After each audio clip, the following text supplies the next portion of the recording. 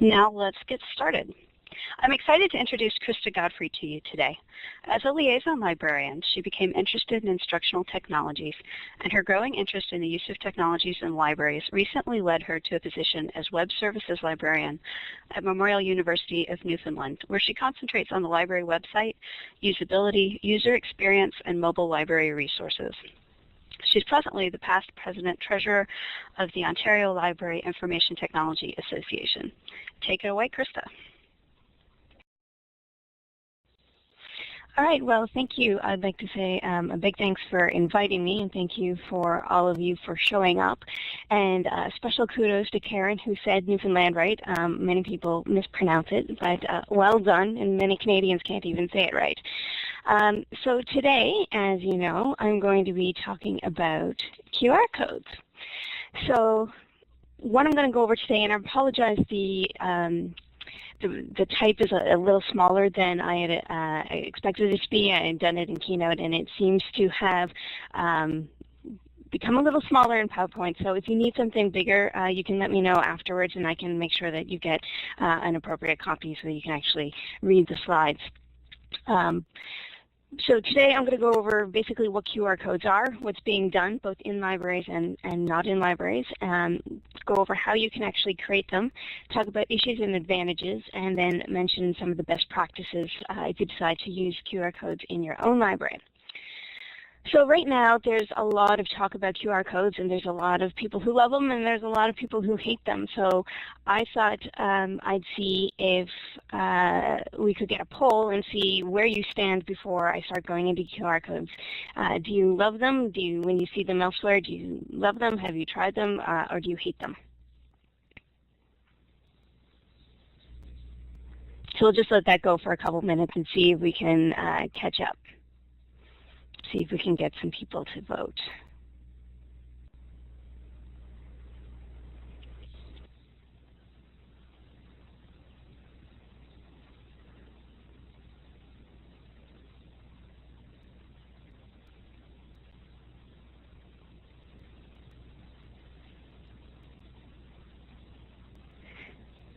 Okay, I think we're getting a lot of comments, so we can turn off the poll, and it seems pretty mixed. So we'll see what ends up happening and see if any minds have been changed by the end of this. So what are QR codes? QR codes are essentially 2D barcodes. They're barcodes that can hold more information than traditional barcodes. They can hold information like text, URLs, phone numbers. They were first created by DensoWave, a Japanese company, in 1994. So they've actually been in libraries quite a bit, not libraries, they've been around quite a bit, but they've only really started making waves in North America in the last couple of years. So DensoWave technically owns the rights to QR codes, and they could charge people for using them, but they actually haven't claimed that yet. So in that sense, they're open source, which makes them nice and cheap to create. They're actually very easy to create, and I'll be going over how you can do that in a few minutes. What QR codes, the interesting thing about them is that they actually work like a new kind of hyperlink. They take what we see in the physical world and they link us to the virtual world. So essentially what you're doing is you're putting a QR code on a physical poster, and then you are linking through your phone to the virtual. So there's a lot of potential here. Now, many people have confused this with augmented reality. It's different from augmented reality, which adds another layer. This is just connecting both the physical and the virtual worlds. So how it works, many of you have probably seen QR codes out in the wild, and what you would do, you need a smartphone, unfortunately. That seems to be the #1 key. Now, one thing I will note is that tablets right now aren't really compatible. The iPad now has a camera, but most people aren't carrying their iPad around and using it for QR codes at this point in time. Right now, we're still dealing largely with smartphones. You take your smartphone, you need an app in order to read the QR code.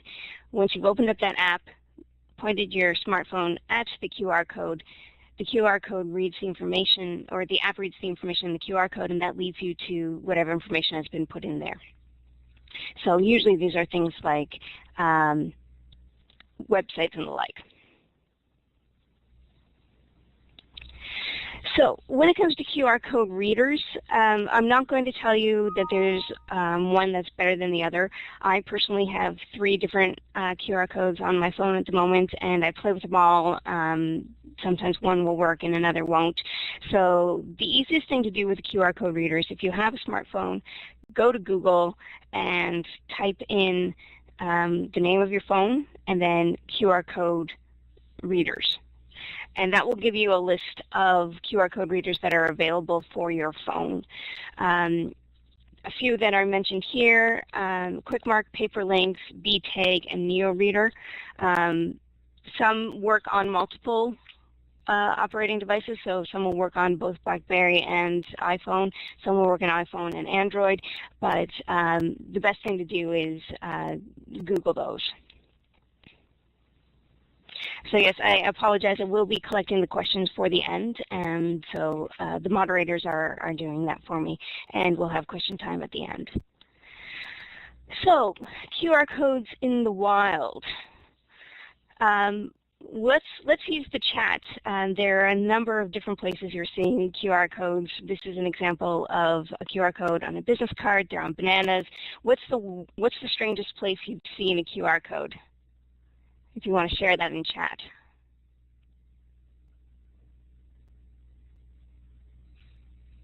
Bus stop. And billboards. Chewing gum, okay.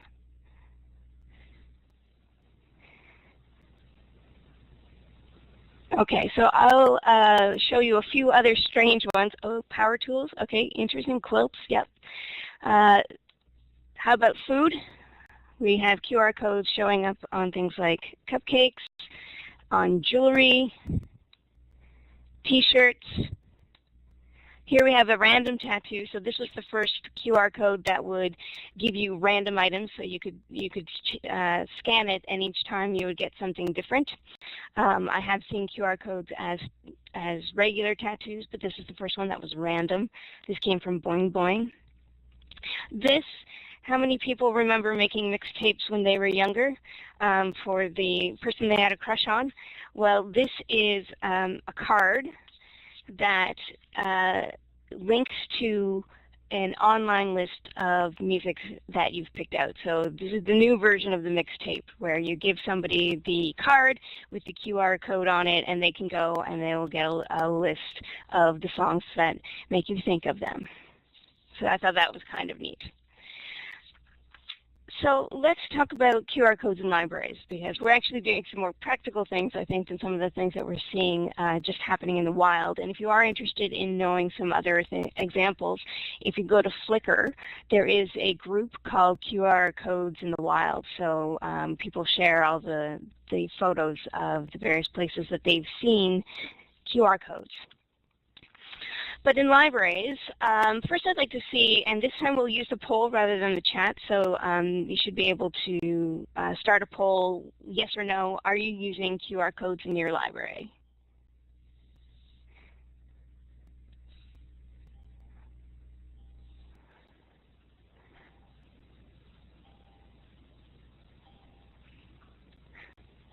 Okay, so we're getting lots of hands raising. Okay, there we go.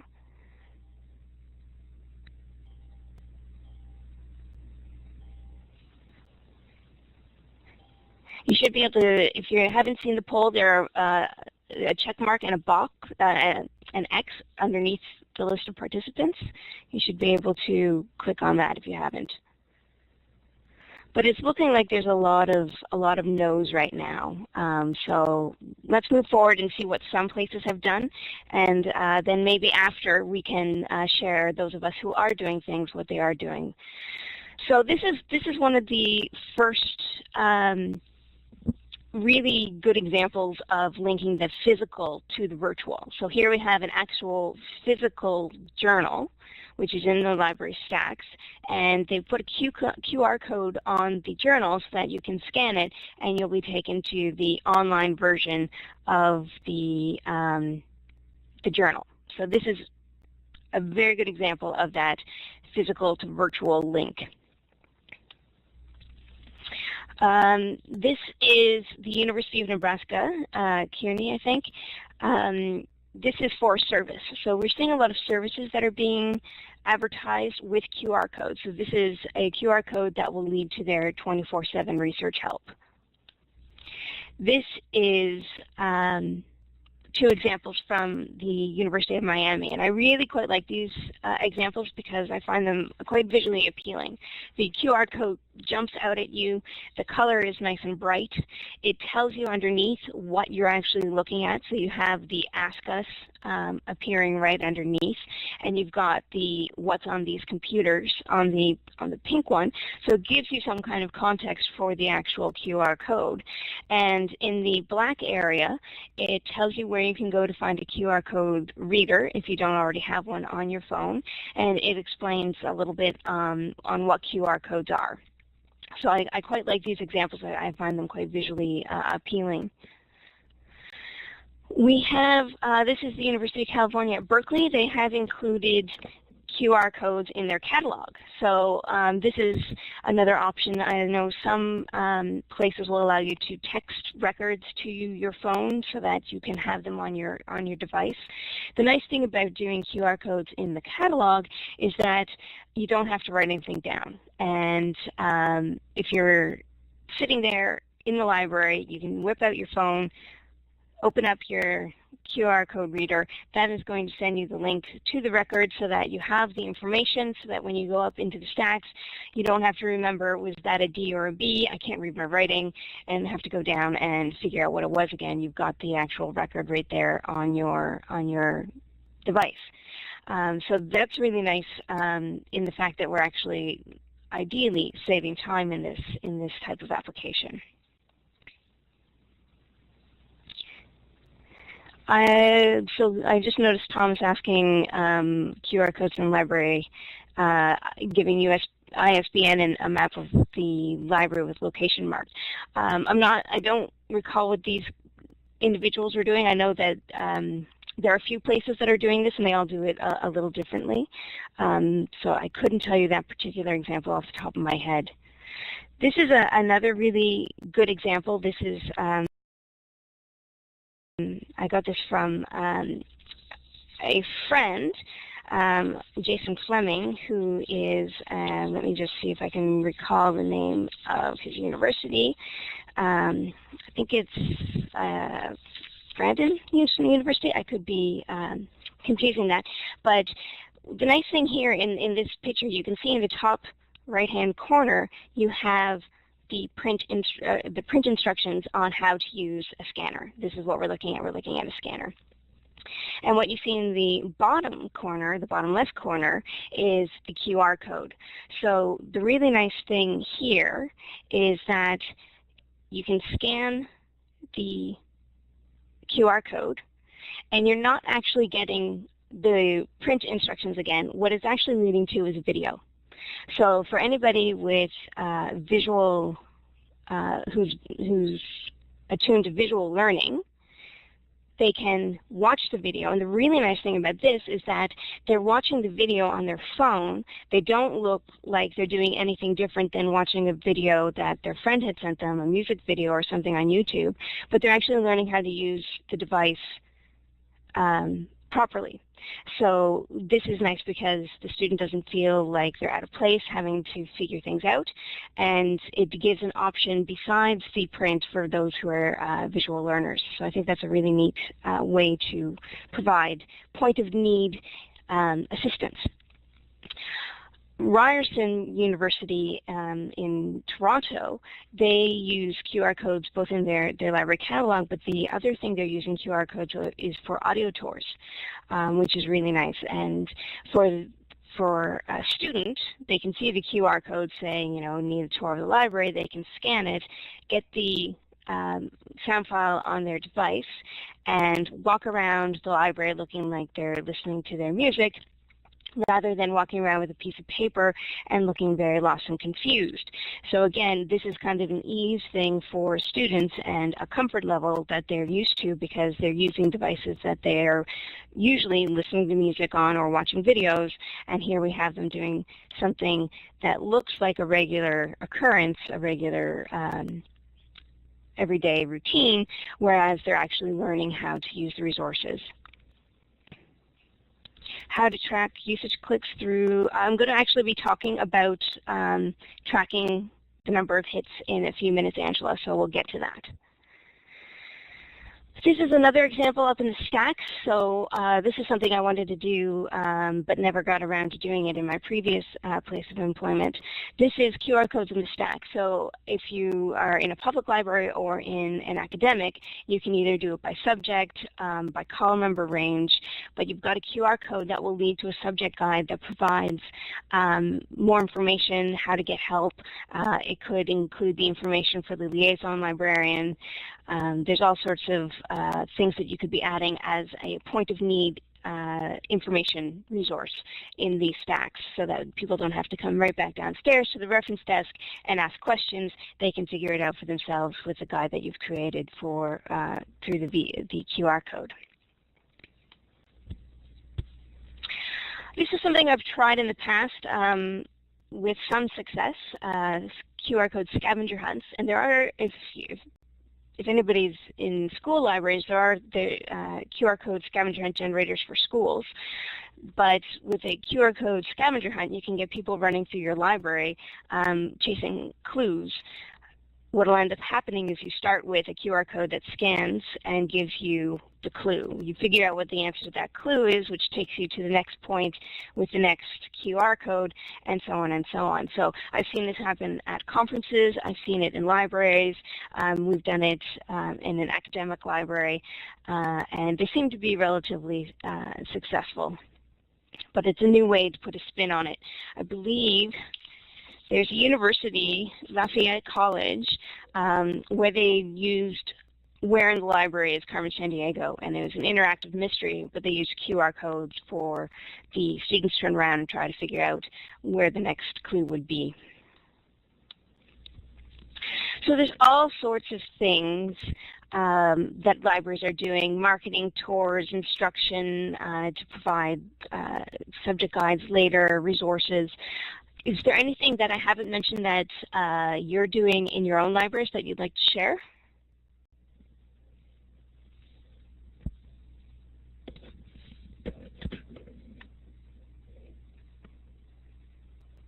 Or anybody want to highlight something that they are doing that's similar to something that I've mentioned?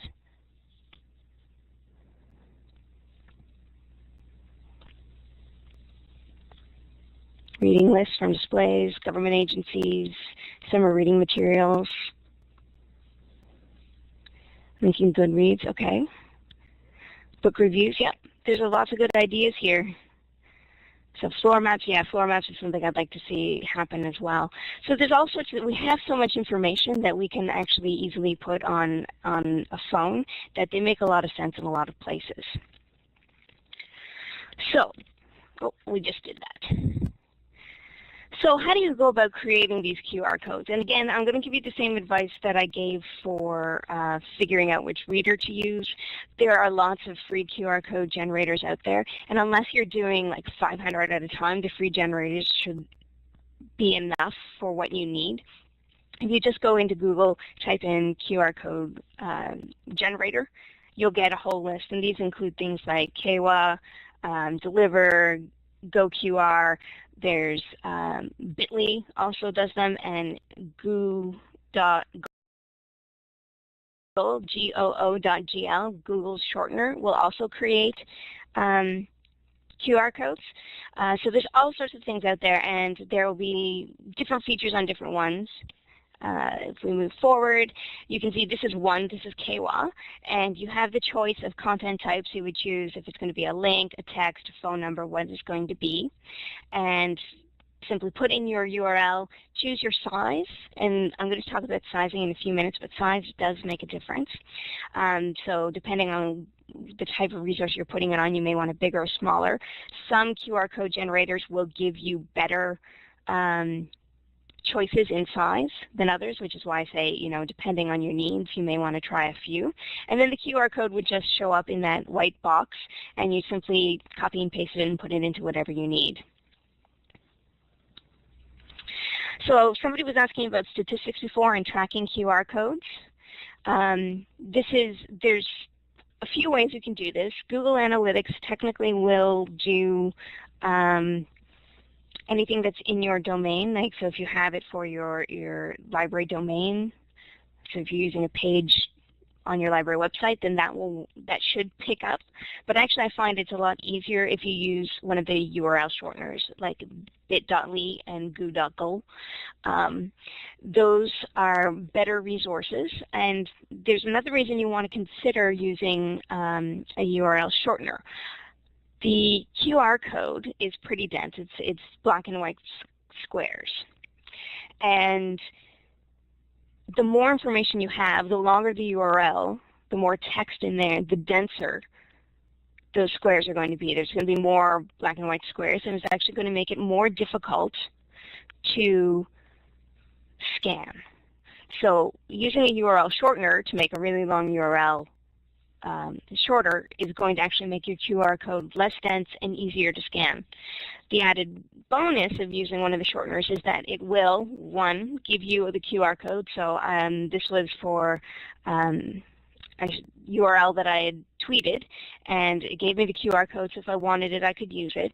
But then you can also see how many people have clicked on it in over time. So there is a way to kind of track what's happening now. Just because somebody scans it doesn't mean they're spending a lot of time on it, so you need to keep that in mind. But it does at least give you some idea of whether or not people are attempting to scan the QR code.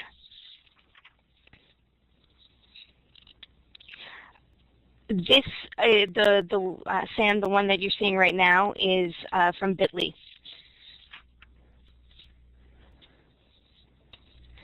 All right, so there are alternatives out there to QR codes.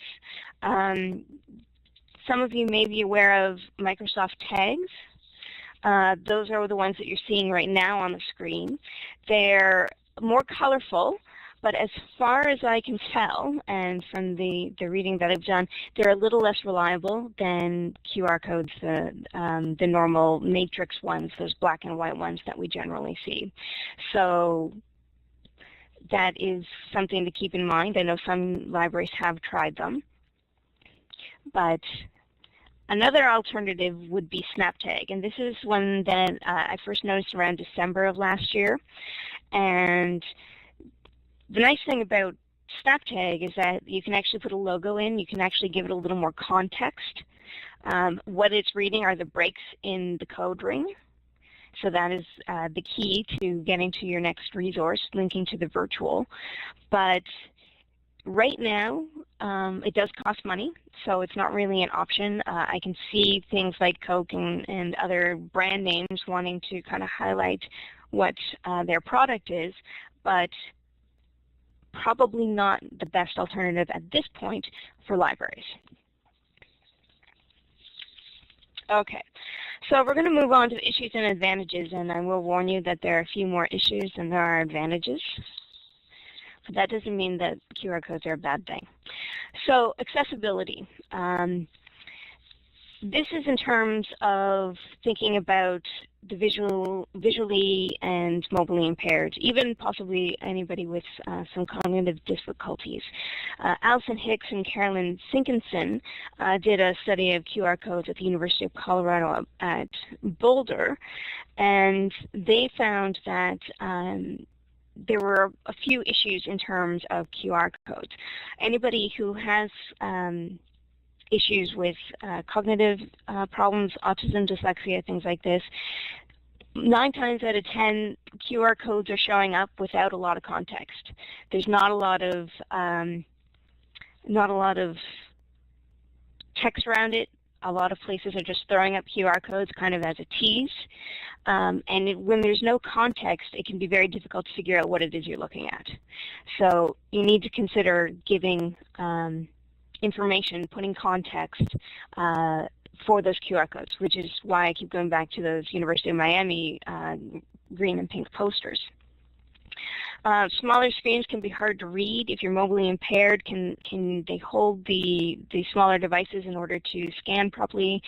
I have a lot of products where you have to kind of hold the product at a funny angle in order to get your camera to actually work on it.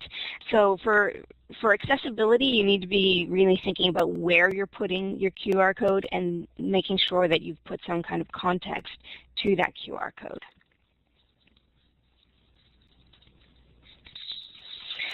The digital divide still exists. I know it does, particularly for where I am right now. I'm on East Coast Canada.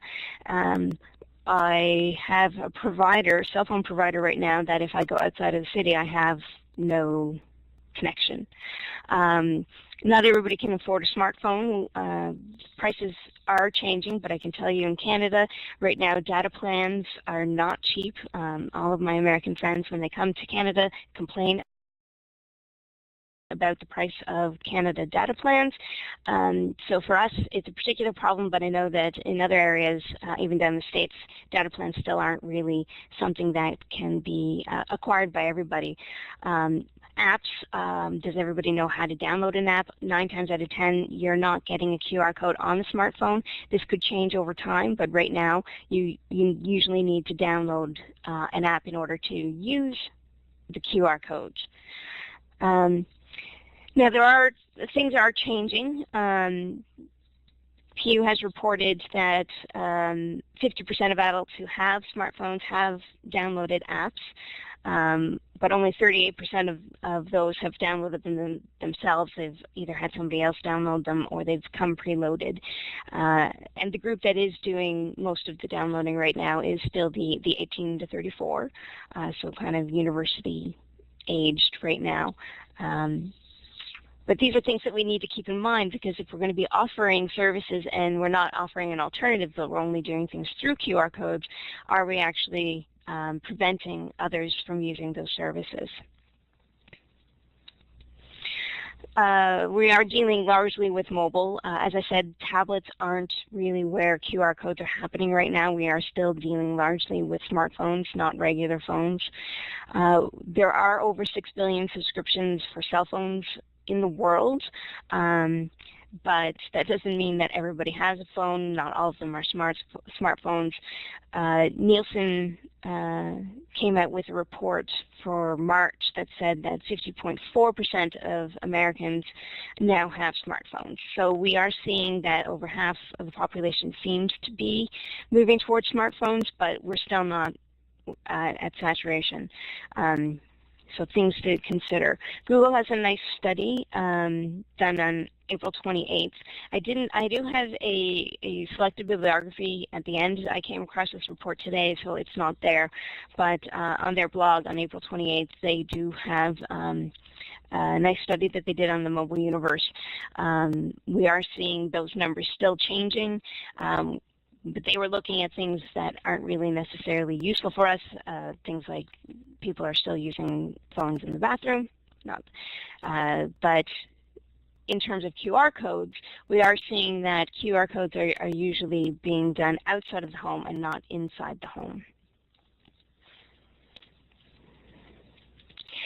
Now, when we actually look at the numbers, this is a little dated. It had, as I said, Nielsen came out with 50.4. This was done in February 2012. But you can see that the numbers for people who have cell phones is increasing. Now, this is not the numbers for smartphones, but at least we do have cell phone penetration happening. When you're dealing with smartphones, you have the option of doing data plan or Wi-Fi. And so we need to consider connectivity. Data does cost money, so if we are sending people through QR codes to websites, we need to be aware that not everybody has a data plan, and we need to be careful that those with data plans, we're not going to be making them go past their data price point and charging more because we're making them go to websites. So data does cost money, so we need to keep this in mind. And at UC Irvine, a study was done, and they found that Wi-Fi can actually cause barriers. So, and I found this particularly with Androids. So I work in a university that doesn't support an Android device.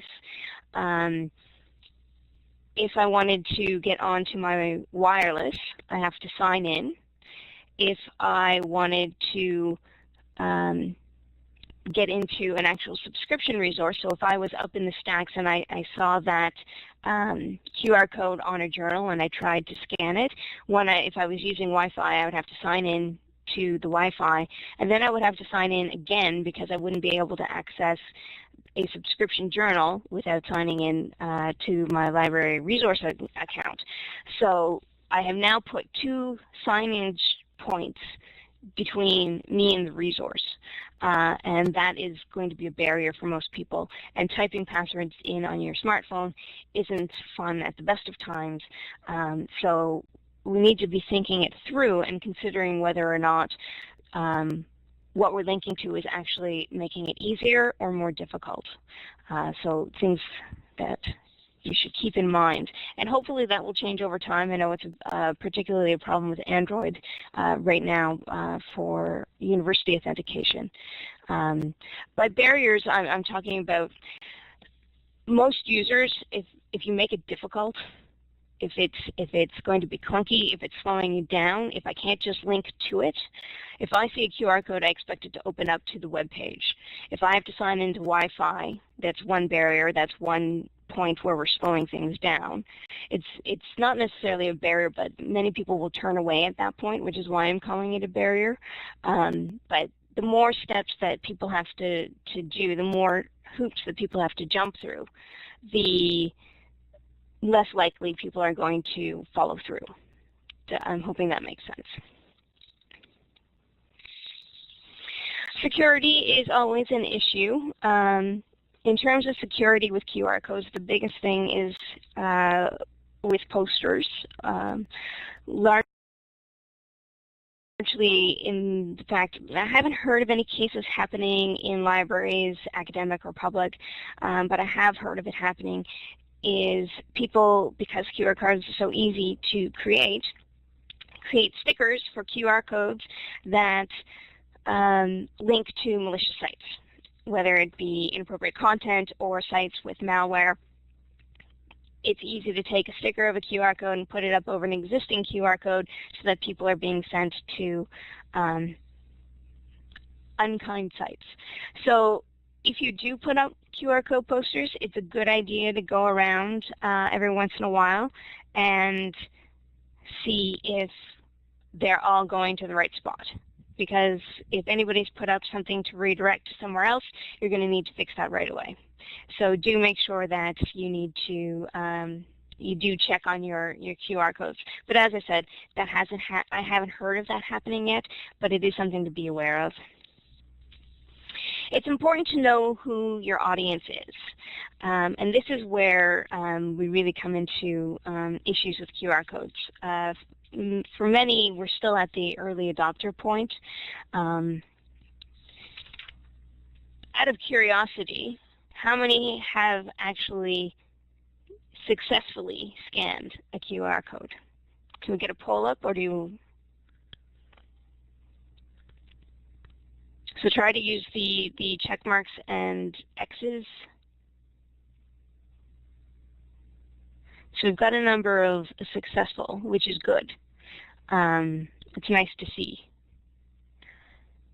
I have 3 QR code readers. I have a very old phone. I'm going on vacation next week, and when I come back, I am buying a phone. I can't always get my phone to work. Either the QR code app doesn't want to work, or my phone camera isn't good enough. So I may try one QR code app and it won't read, but I'll try a second or third one and it will work. So glad to see that people are actually scanning it successfully. I think you must all be early adopters. We are seeing that the number of scans are going up. Now, I'm not convinced by this particular graph. 1,400% of what? What is the initial number? I'm not. I think we've started low, and so 1,400%, we're still not any kind of critical mass, but we are seeing that people are appearing to scan QR codes more. One study of 14 million mobile users, only 6.2 had scanned a QR code. And most of those are from home, in paper, or out in the store, or on a billboard, or something like that.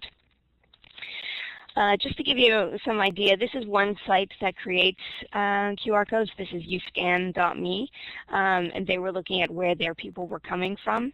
So mostly still the United States is leading the pack, as you can see, in creation of QR codes. But the numbers still aren't there. This is from a study done in the fall of 2010 by a marketing company, Austin and Williams. They were looking at 25 to 54-year-olds. And I expect this number is higher. I would expect it to be probably in the 60 to 70% now, have at least seen or heard of QR codes, because they are turning up everywhere nowadays. But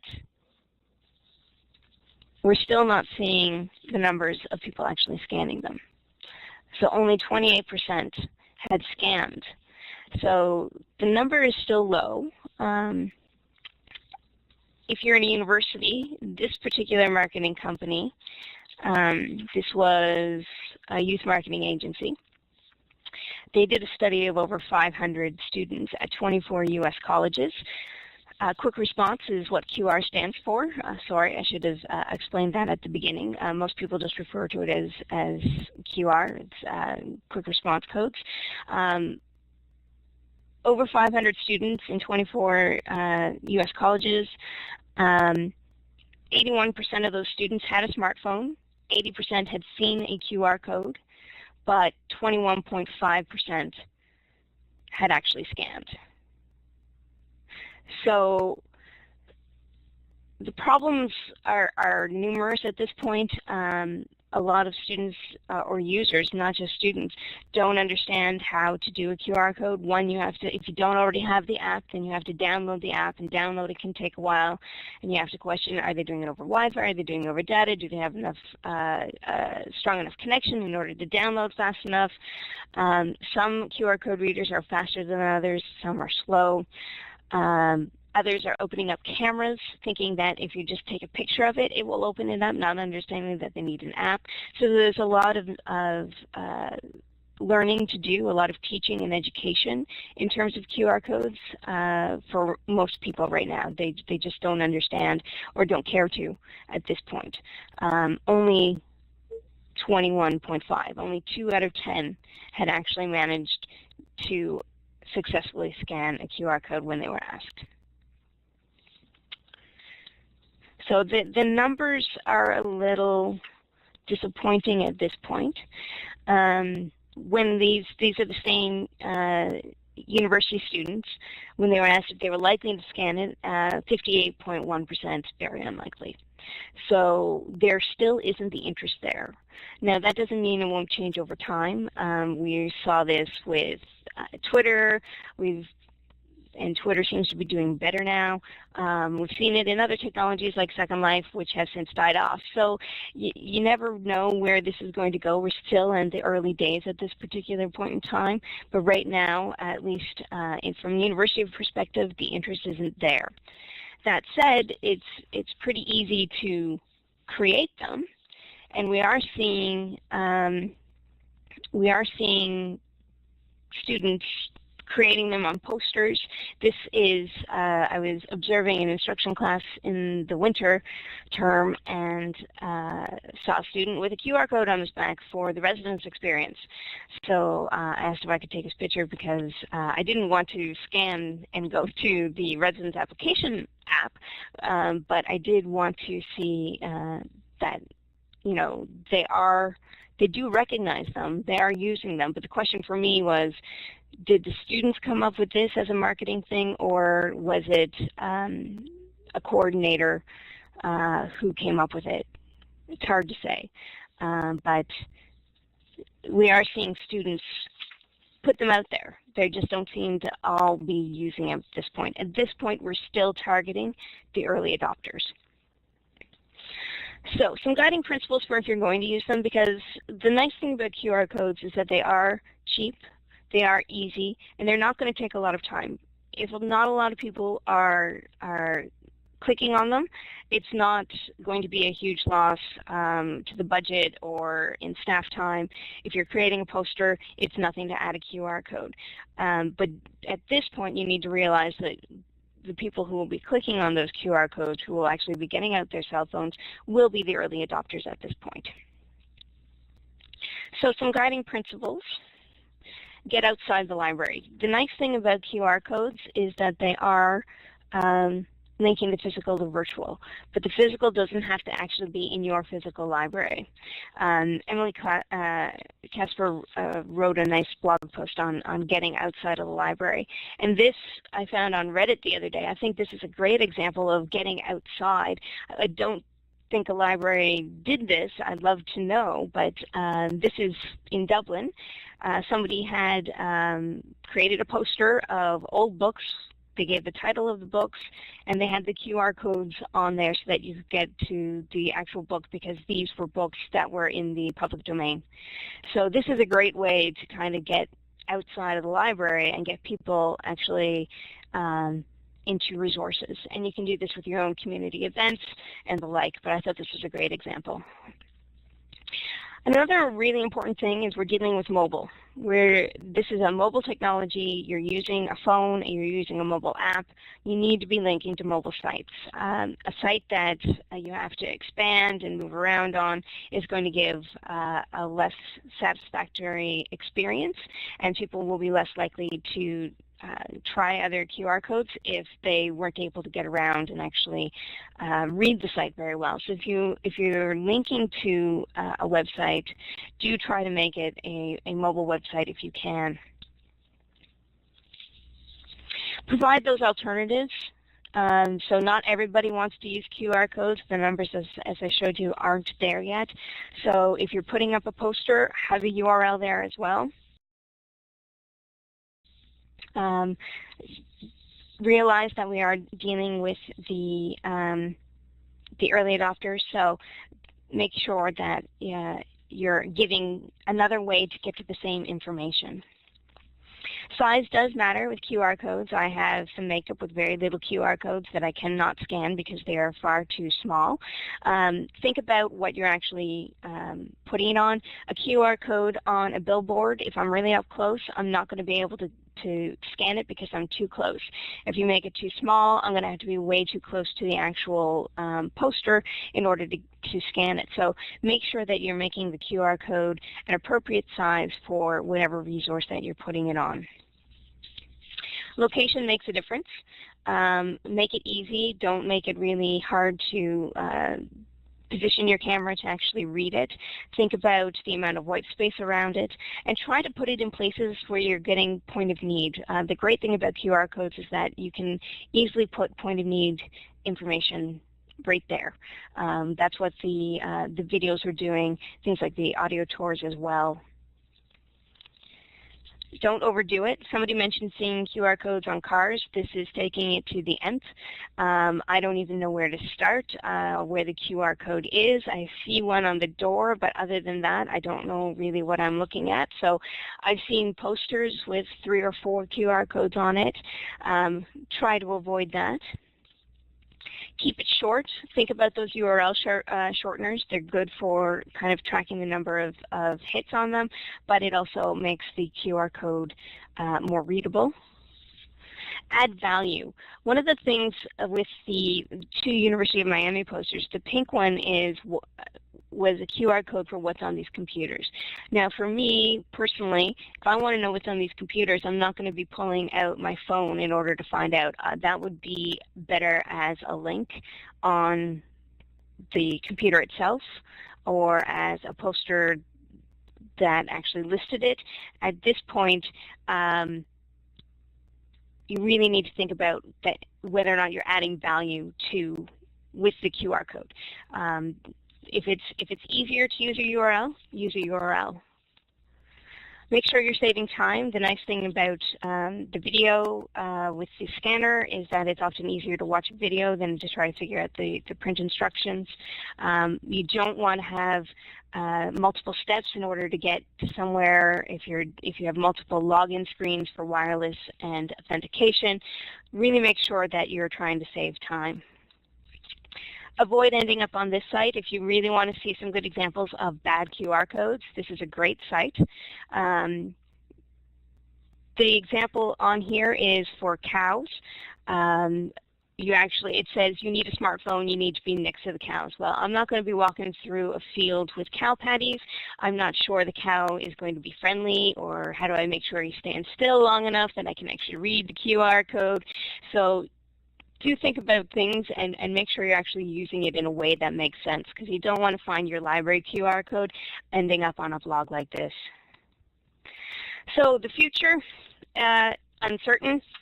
QR code readers, as they become maybe more ubiquitous, if they become preloaded on smartphones, we might see an uptake. As the cost of data plans on smartphones comes down, as connectivity across all countries becomes better, as we have more mobile sites, we may see a much bigger intake. And I found out today that there is going to be the first World QR code, let me just double check here, the QR World Expo is going to happen in London, the very first one. So there are obviously people who have jumped on the bandwagon. The numbers, like I said, not quite there yet, but as long as you realize the audience that you're reaching, there is possibility that this could change. But right now, I'd say the future is a little uncertain. They do have the potential to bridge the physical and virtual world, to provide information at point of need, can help us in the aid of an assessment. But yeah, I'd say try it, have fun with it, and let me know how your QR code adventure goes. So I'll pass it over to one of the moderators, and we'll start going through some questions. I think we've got about 10 minutes for questions. Great, thank you, Krista. Let me get started with a couple of questions. Sam had asked where you found the brightly colored posters, which I believe is the University of Miami, the ones that you showed at the beginning of the presentation. And then Mary Jane had asked, are smartphones required for QR codes? Is there any way around that? Okay, I'll answer the second one while I try to find the site for the Miami one. It was actually, somebody started a QR code blog in libraries, and I pulled it off of their site. The big thing right now is that you need a camera. So if the iPods now iPod Touches have cameras, then you can use those.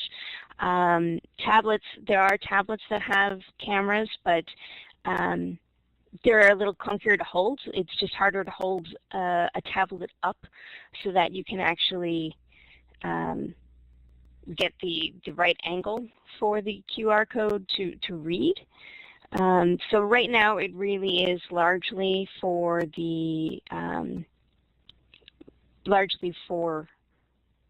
smartphones and not for many other devices.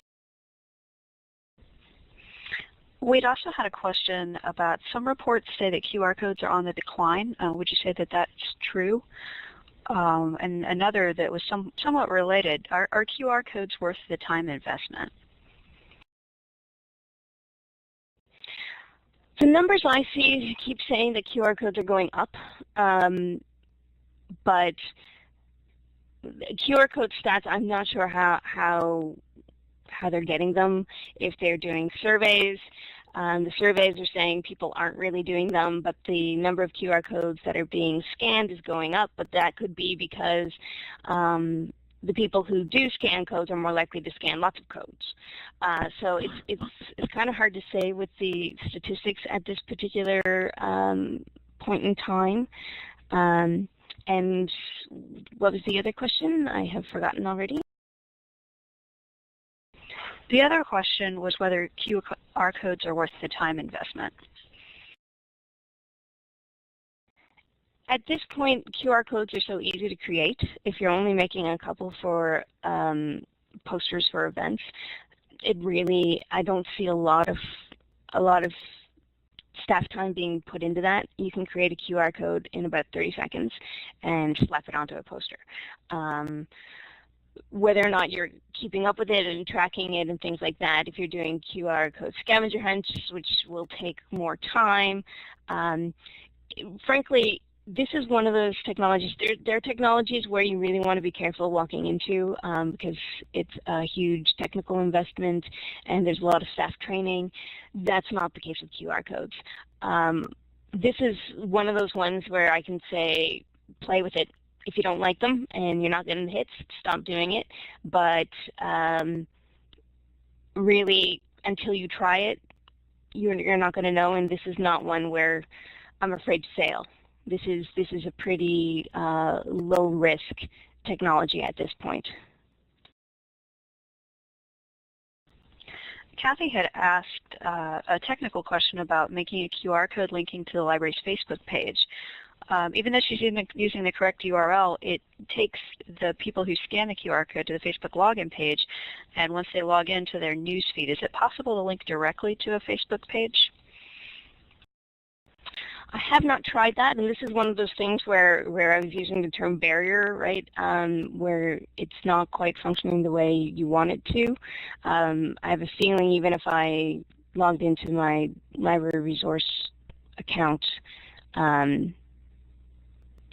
with the journal, I wouldn't necessarily get right to where I wanted to go. But I haven't seen one in my own institution to test that out.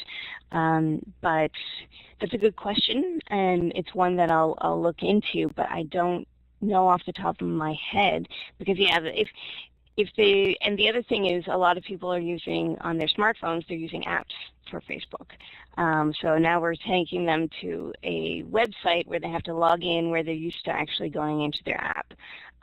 So that one's a little tricky, and I don't know the answer. I'd be surprised if there's a way to link directly, because the link that you've given them is the correct link, but then they have to log into their account. So I'm not sure there's a way around that one at this particular point.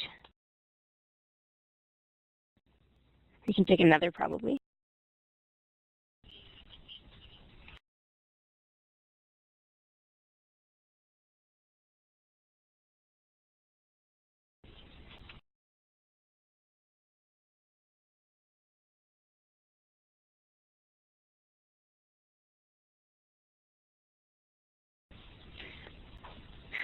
Jennifer had asked how libraries who are using or creating and posting QR codes coordinating with wider campus uses of technology, especially as regards signage and maps and those sorts of things.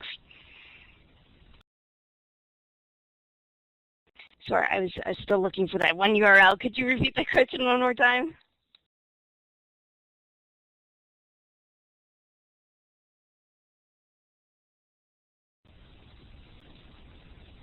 Yes, the question was the libraries who are creating and posting QR codes, any information on how they're coordinating that with wider campus use of technology, especially in signs and maps and those sorts of things? I don't off the top of my head. I'm having difficulty finding here, even within our multiple branches, trying to figure out a way to coordinate everybody. But if the larger university is doing it, it's usually through marketing and communications, and I would say it's a great way to figure out some partnerships and collaboration. But the group that I would approach here would be marketing and communication. But I think a lot of places, because they're easy, they're just kind of doing them on their own. And that's what I'm finding in my own institutions. People just think they're neat and they're doing them without any kind of larger university coordinated attack kind of approach.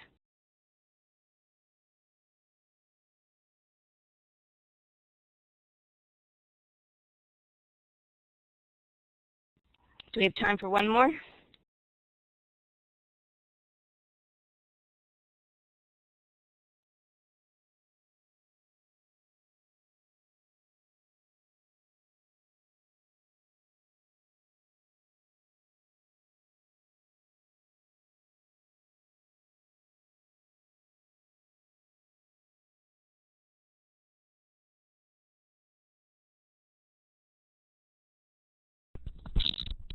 Okay, Amy has asked if the selected bib is available online. Not at this point. At this point, it's just in the slides, but I will probably be putting these up on my own slide share, so I mean the links will all be there, and this will be, I think, it'll be archived, so you will be able to access it again in the future. Does that help? Yeah, that's great, and actually they'll be able to access the archive of this webinar, and they can look back at the information later. It looks like it's about time for us to wrap up today. Thank you all so much for your attendance. We hope you enjoyed this session as much as we did.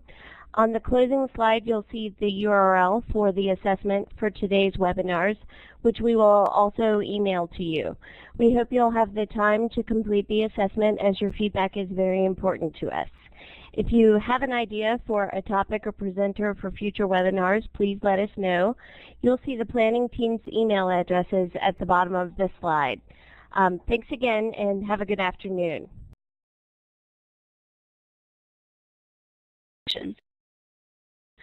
I'm Karen Byers at Georgia Perimeter College. My fellow planning team members are Sarah Steiner of Georgia State University and Tessa Minshew, also at Georgia Perimeter College.